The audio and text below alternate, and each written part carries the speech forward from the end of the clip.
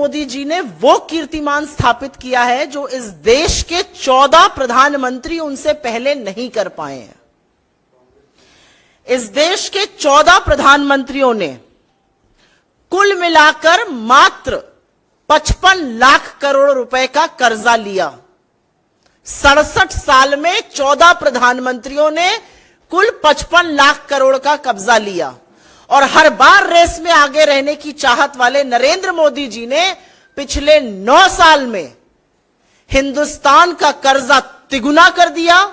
100 लाख करोड़ रुपए से ज्यादा का कर्जा उन्होंने मात्र 9 साल में ले लिया। कहां 67 साल में 55 लाख करोड़ लिया गया था। आपको बताते हैं कि 2014 में देश पर कितना कर्ज था और अब कितना कर्ज है। 2014 में भारत पर कुल कर्ज लगभग 55,87,000 करोड़ रुपए था। मार्च 2023 तक भारत पर कुल कर्ज 152 लाख करोड़ से कुछ ज्यादा है। इसी आधार पर कांग्रेस ये माहौल बनाने में लगी है जैसे देश पर कोई विपदा आ गई है, जैसे पीएम मोदी ने देश को कर्ज की खाई में धकेल दिया है। लेकिन सच क्या है, आज हमने इसका टेस्ट किया और उसमें क्या निकला वो मैं आपको बताता हूं।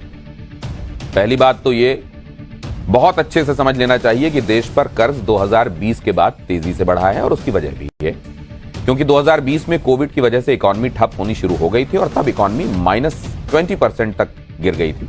राज्यों का जीएसटी कलेक्शन घट गया था, सरकार की कमाई का जरिया कम हो गया था।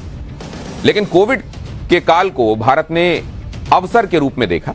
पीएम मोदी को यह अनुमान हो गया था कि आने वाले वक्त में कोविड की वजह से पूरी दुनिया की इकॉनमी खराब होगी और ऐसे में अगर भारत कर्ज लेकर भी आगे बढ़ता है तो कुछ ही साल में भारत आर्थिक महाशक्ति होगा और भारत ने यही किया। आज भारत की स्थिति कई बड़े देशों से बेहतर है। पिछले 2 साल भारत में 80 करोड़ लोगों को मुफ्त राशन दिया जा रहा है। 150 करोड़ लोगों के लिए मुफ्त कोविड वैक्सीन की व्यवस्था की गई। कोविड आने के 2 महीने के भीतर 20 लाख करोड़ के आत्मनिर्भर पैकेज की घोषणा की गई। इस पैकेज में लैंड, लेबर और लिक्विडिटी पर फोकस किया गया। मोदी सरकार ने विदेशी कर्ज को किस तरह से कंट्रोल किया है। 2014 में भारत पर विदेशी कर्ज 1.82 लाख करोड़ रुपए था जो कुल कर्ज का 3.36% था। 2023 में देश पर विदेशी कर्ज लगभग 5 लाख करोड़ है जो कुल कर्ज का 3.30% है। यानी विदेशी कर्ज को न केवल कंट्रोल किया गया है बल्कि 2014 के मुकाबले कुल कर्ज में विदेशी हिस्सेदारी को कम किया गया है। कांग्रेस ने भारत के कर्ज को लेकर आंकड़े तो बता दिए, लेकिन यह नहीं बताया कि आईएमएफ जैसी संस्था भारत के कर्ज को लेकर क्या कह रही है। आईएमएफ ने कहा है कि भारत में जीडीपी के अनुपात में कर्ज 83% है जो बेशक ज्यादा है, लेकिन अच्छी बात यह है कि भारत का ज्यादातर कर्ज घरेलू है और यह घरेलू करेंसी में है। यह भी अच्छी बात है कि इस कर्ज की मैच्योरिटी काफी लंबी है। इसके अलावा हमने आने वाले सालों में भारत में तेज आर्थिक प्रगति का अनुमान लगाया है जिसकी वजह से भारत का कर्ज स्टेबल रहेगा।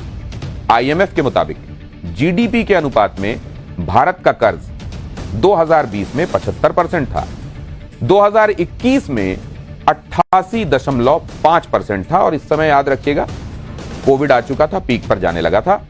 2022 में 84.7% था, करीब 4% की कमी आप यहीं पर देख रहे हैं। 2023 में 83.1% आ गया और 2029 में इसके 83.6% रहने का अनुमान है। यानी आने वाले सालों में जीडीपी के अनुपात में कर्ज स्थिर रहेगा और यही वो फैक्टर है जिससे यह पता चलता है कि ओवरऑल कर्ज के मामले में भारत की स्थिति बिल्कुल ठीक है। इसमें कुछ भी असामान्य नहीं है और इसी वजह से भारत को ब्राइट स्पॉट कहा जा रहा है। यानी जो लोग 100 लाख करोड़ के कर्ज की बात कर रहे हैं और पीएम मोदी के खिलाफ एजेंडा चला रहे हैं वो असल में लोगों को डरा रहे हैं क्योंकि इस कर्ज की सच्चाई कुछ और ही है।